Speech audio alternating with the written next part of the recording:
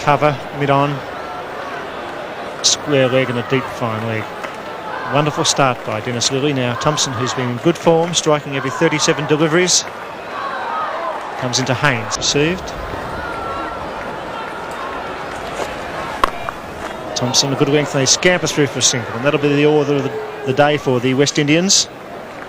Try and break up the line of Lillee, Thompson, Malone and Pascoe.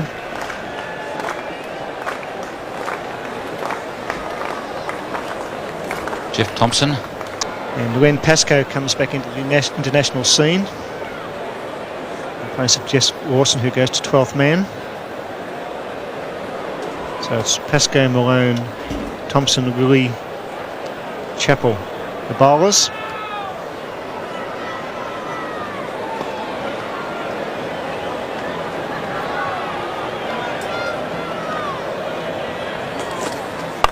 Shot.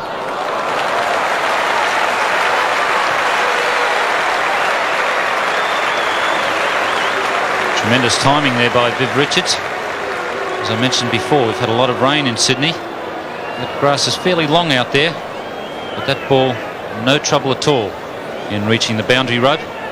Viv Richards didn't hit it all that hard. He's a wonderful timer of the ball, and that is probably his favourite shot. He just clips it in the air a little, and we saw Alan Border catch him there in the test match. Border was a little squarer than what he is at the moment. For the West Indian side today, due to flu, they've included 5 bowlers: Garner, Clark, Holding, Robertson, Marshall. That's interesting. Malcolm Marshall coming back into the team. Clive Lloyd. Gives them 6 batsmen, and that's the advantage of having Dujon, who can bat and keep wickets.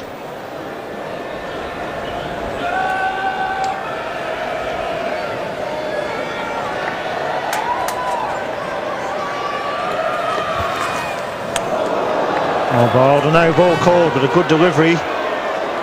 A whiff there for Dennis Lillee. Dennis Lillee just overstriding there slightly, but good amount of bounce. You saw where Rodney Marsh took that ball. Pitch is pretty hard. You see Rodney Marsh take it up above the head. It's interesting that the West Indies have named 5 fast bowlers in that lineup. Australia beat the West Indies at the SCG with Bruce Laird making a century when they had all 5 fast bowlers operating. Well bowled, gets through in between the bat and the pad. Really asked the question of umpire Johnson, but that was a beautiful delivery. The ball just clipping the pad as it went through there. Going straight between the gap. It's cut back a little bit, so Lillee is moving that ball off the seam. Once again, you'll see where Rodney Marsh takes the ball, although it was deflected slightly off the pad. Bowling the right length, giving Richards any room to cut and pull. 3.2 overs, 1 for 4. It's a fine spell. Not only is it tight, but he's picked up the wicket of Greenidge. Through the gap between bat and pad.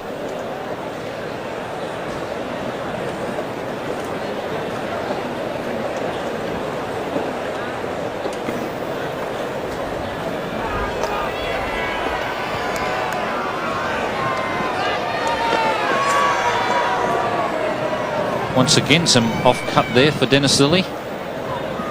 Really is getting some good movement off the seam, and let's have a look at that Greenidge dismissal there. That ball coming back quite a long way, clipping the pad, the top of the pad, then onto the glove, and then the stumps. Quite sharply back off the seam.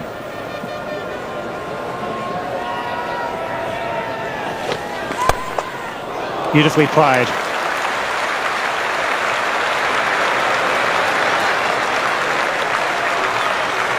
Well, it doesn't matter how good a bowler you are. If you make a mistake in length with Viv Richards, it's usually very expensive. Once again, Vivian Richards just timing that ball away. Absolutely raced past Alan Border. And no problem at all getting to the...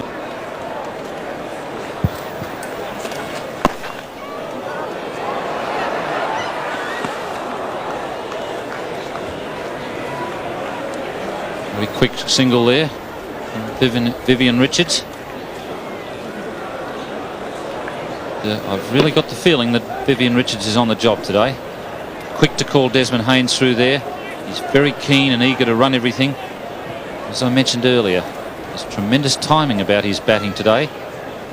Not so much the power that we normally expect from him to go with that timing. 2 boundaries already in his 14 from just 17 balls. I think he's got the concentration there 100%, which is not always the case with Viv. I think he's right on the job. Oh, what a good delivery. The beauty. Cut back sharp with genuine pace. Well, I would say there's a bit of moisture there, the way this ball is cutting around.